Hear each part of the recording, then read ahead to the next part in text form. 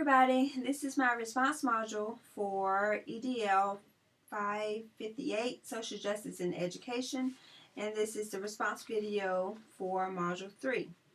So in looking at everyone's videos, I see a similar thing, which is a lot of you, as well as myself, talked about the social injustice that takes place with our public school system as far as sexual orientation.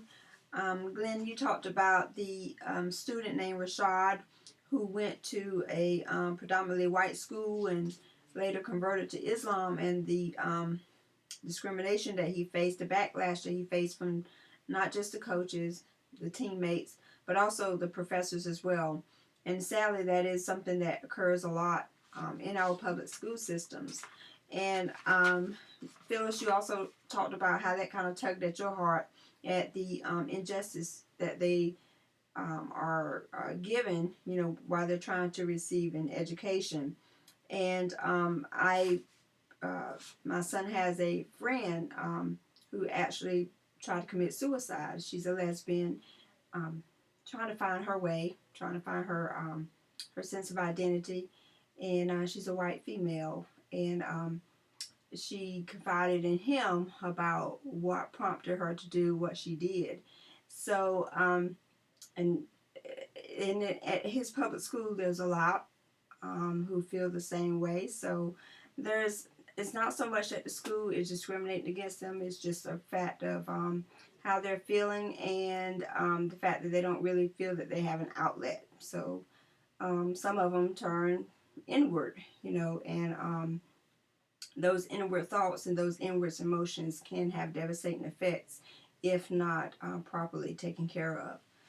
So, Glenn, you also talked about how a lot of heterosexual Christians, we don't represent very well sometimes, and we have to be very careful that we're not in a position where we're actually, creating a part of the social injustice system. And Catherine, you related how religion is very important, as it is for me as well. And you were commenting on putting a religion-based curriculum in a public school, but being all inclusive. We have to, you have to be fair about it, and you brought that point up. That everybody doesn't believe the same way, and it's okay to agree to disagree, and we can all learn from one another, but we all should have a right to have a voice.